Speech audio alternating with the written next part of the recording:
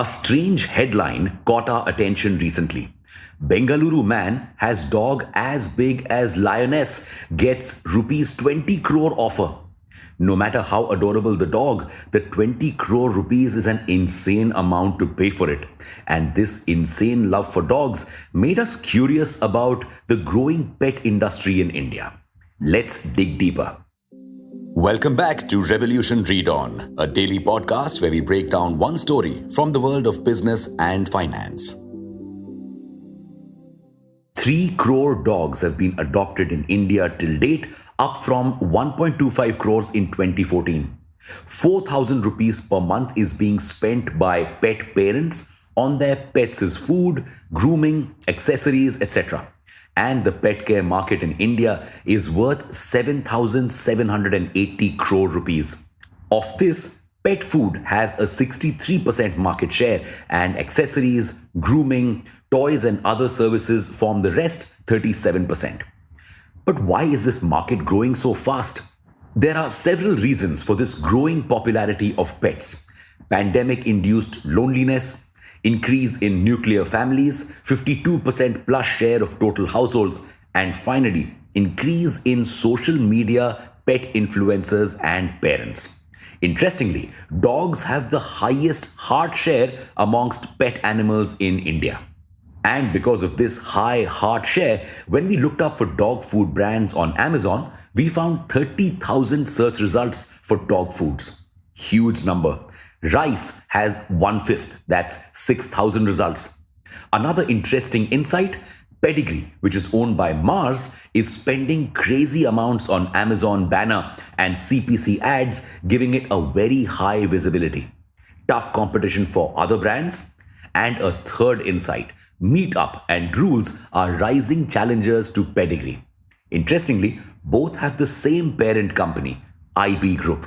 However, what surprised us the most was that even though so many brands exist, 50 to 55% of pet food is imported. Why?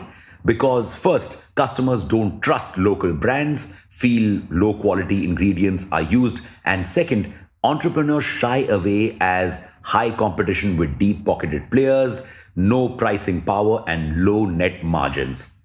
To solve for trust, we found Drools' strategy to be very interesting, tying up with Indian celebs. It has tied up with celebrities like Hrithik Roshan, Kareena Kapoor, Ananya Pandey, and Samantha Ruth Prabhu. Now, enough about food. Let's look at what else the pet care industry has in store.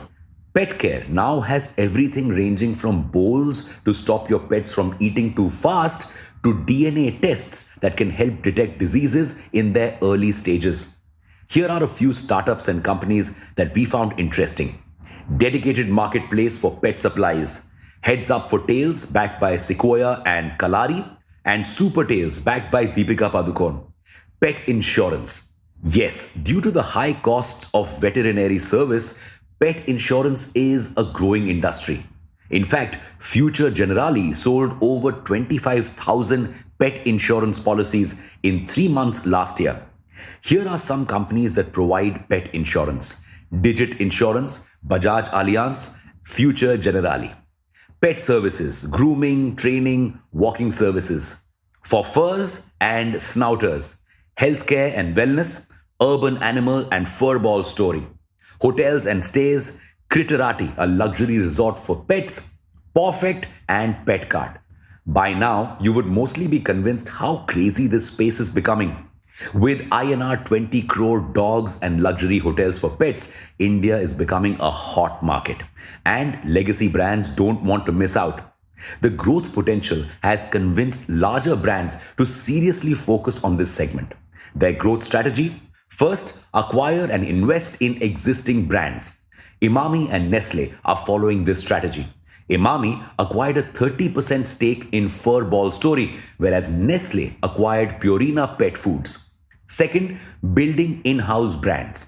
This is the strategy that Mankind Pharma and Himalaya are following.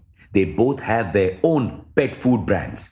But with a global recession knocking on our doors and increasing costs of living, some have started abandoning their pets.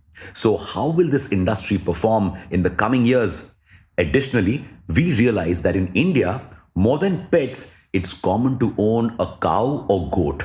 Interestingly, these are not seen as traditional pets by the Western world. What do you think? Should cows, buffaloes, goats, and sheep be considered as pets? Thank you for listening to this episode. We'll be back with more tomorrow. Until then, read on.